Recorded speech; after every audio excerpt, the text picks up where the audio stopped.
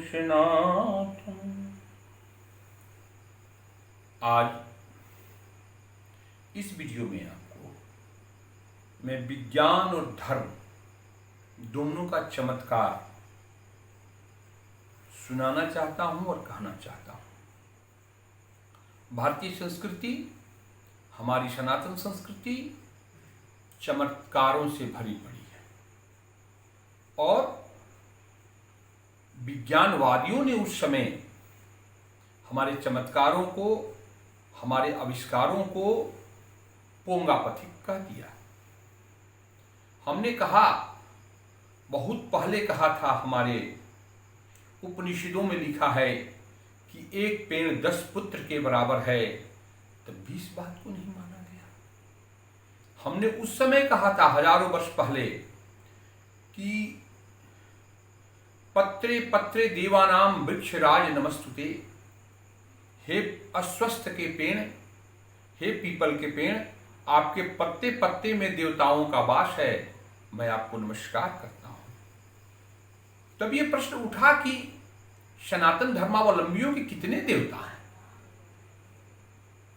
देवता शब्द दात्री शब्द से बना है, जिसका अर्थ होता है देना, और पीपल का वृक्ष हमें देता है। विज्ञान आगे बढ़ा, जब विज्ञान आगे बढ़ा तो पीपल का वृक्ष वृक्ष नहीं रह करके एक प्राण की संजीवनी बन गया। और आज के वैज्ञानिक कहते हैं कि पीपल का पेड़, पीपल का वृक्ष वह वृक्ष है जो दिन में और रात में, दिन में सूर्य की किरणों की उपस्थिति में फोटोसिंथेसिस से और रात में रासायनिक क्रियाओं से मानव समाज को ऑक्सीजन देता है। हमने कहा था कि अश्वत्थ को, पीपल को मत काटो।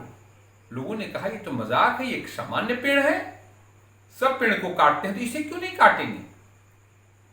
पीपल के पेड़ की पूजा करो, इसकी रक्षा करो। लोगों ने कहा क्यों इसकी हम करेंगे पूजा? लेकिन आज वो दिन आ गया जबकि हमारे समाज में पर्यावरण की समस्या खड़ी हो गई, ऑक्सीजन की समस्या खड़ी हो गई। तब ये वैज्ञानिकों ने खोजा, पता लगाया, तब हमारे शास्त्रकारों की बातें उन्हें अच्छी लगने लगी, बहुत ही अच्छी लगने लगी कि नहीं, हिंदुओं ने, हमारे सनातन धर्मावलंबियों ने तो 1000 वर्ष पहले इस बात को कह रखा है, विज्ञान के कहने के पहले, कि पीपल का पेड़ दिन और रात दोनों में ऑक्सीजन देता है, टन्स के टन्स ऑक्सीजन देता है। 10 लाख से 20 लाख की आबादी वाले शहर में अगर 10-20 पेड़ हो जाएं पीपल के, तो पूरी आबादी के कार्बन डाइऑक्साइड को अब ले करके उसको ऑक्सीजन में बदल देंगे। आज ये वक्त है, हम अपने दुखों का निवारण कैसे करें? हमारे सनातन धर्मावलंबियों ने जो कहा उसको कैसे अपने जीवन में उतारें, इसकी बहुत बड़ी जरूरत है। अगर हम बीमार हों तो अश्वत्थ के शरण में जाएं। हमें नौकरी नहीं मिलती है तो अश्वत्थ यानी पीपल के पेड़ की शरण में जाएं। शत्रु बाधा, प्रेत बाधा, कोई भी बाधा हो तो हमारे शास्त्र कहते हैं, अगर बुरे स्वप्न भी हम देखते हैं तो हमारे शास्त्र कहते हैं कि हम पीपल के पेड़ के पास जाकर के अपनी सारी समस्याओं का निदान कर सकते हैं। इसलिए यह आज का प्रसंग रोगियों के लिए है, उन नौजवानों के लिए है जो बेरोजगार हैं, उन नौजवानों के और लोगों के लिए है जिनके शरीर में खून नहीं बनता है, जिनके शरीर में ऑक्सीजन नहीं पहुंच पाती है। उनके लिए कुछ कर्म बताए जा रहे हैं, वो करें, उनको रोजगार भी मिलेगा, वो स्वस्थ भी होंगे। हमारा शास्त्र पहले क्या कहता है, हम उसके एक श्लोक की बात करते हैं। मूलतो ब्रह्म रूपाय मध्यतो विष्णु रूपिणे अग्रतः शिव रूपाय वृक्षराजाय ते नमः। शास्त्रकार कहते हैं मूलतो ब्रह्म रूपाय, पीपल के जड़ के में चतुर्मुख ब्रह्मा का वास है। तना में नारायण का वास है और पीपर के अग्रभाग में भगवान आशुतोष बैठते हैं। अगर आपके पास रोग संबंधी, धन संबंधी कोई बीमारी है, कोई जरूरत है, तो आप पीपल के पेड़ के पास जाइए और आप उनसे याचना कीजिए और मूल मंत्र यही पढ़िए, मूलतो ब्रह्मरूपाय मध्ये विष्णुरूपिणे अग्रह शिव रूपाय वृक्षराजाय ते नमः। हे वृक्षराज, मैं आपकी शरण में हूं। आप हमें धन दो, आप हमें नौकरी दो, आप हमें स्वास्थ्य दो।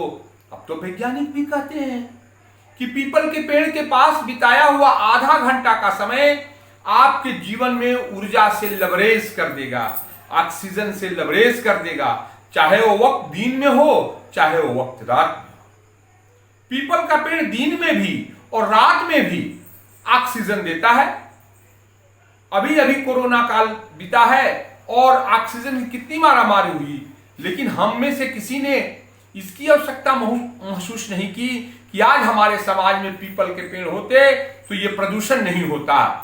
मैं तो कहता ही बीमारी ही नहीं होती। अगर हमारे समाज में प्रचुर मात्रा में ऑक्सीजन हो तो हमारे सारे देशवासी स्वस्थ रहेंगे। अगर कोई रोग हो भी जाएगा तो हम पीपल के पेड़ के माध्यम से उस रोग का मुकाबला कर सकते हैं, क्योंकि पीपल का पेड़ दिन और रात दोनों में प्रचुर मात्रा में ऑक्सीजन देता है। ये आज की बात नहीं है, आज तो वैज्ञानिकों ने कहा, हमारे शास्त्रकारों ने, हमारे मनीषियों ने, हमारे ऋषियों ने हजारों वर्ष पहले कहा था। इस मंत्र को एक दो बार मैं पढ़ देता हूं, आप लोग सुने।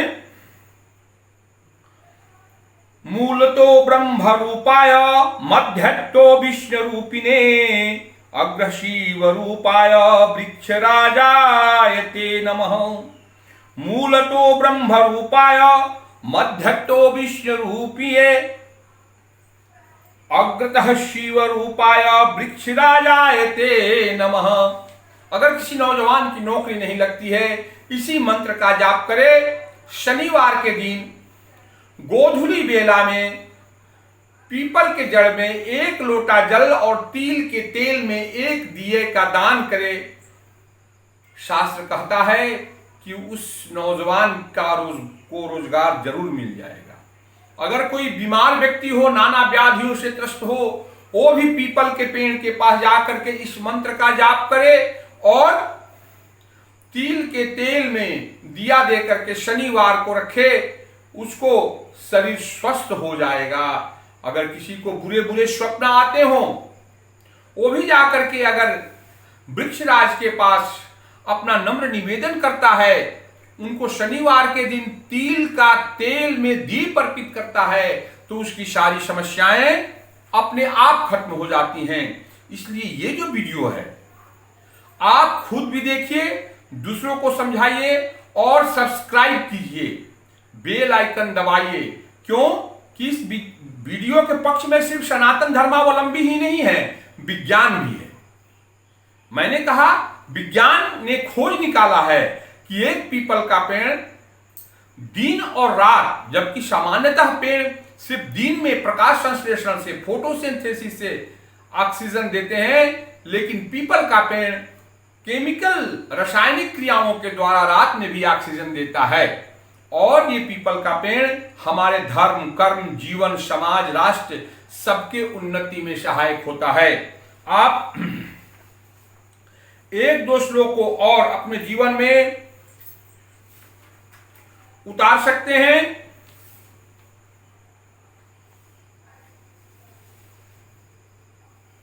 अगर आप पीपल के पेड़ में दूध से स्नान कराते हैं तो उसका फल और भी विलक्षण होता है।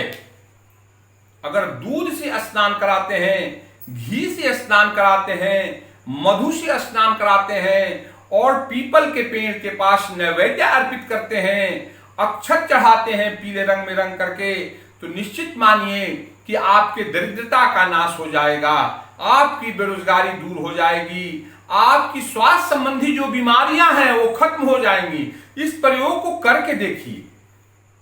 इस प्रयोग को जीवन में उतार करके देखें। क्यों?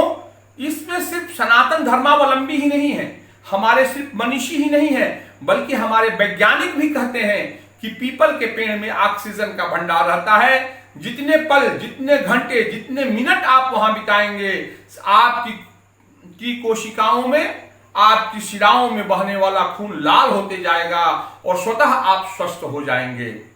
हमें उम्मीद है कि छोटा सा वीडियो आपको बहुत लाभ देगा। अगले वीडियो में मैं इसके बारे में डिटेल में समझाऊंगा। जय श्री राम।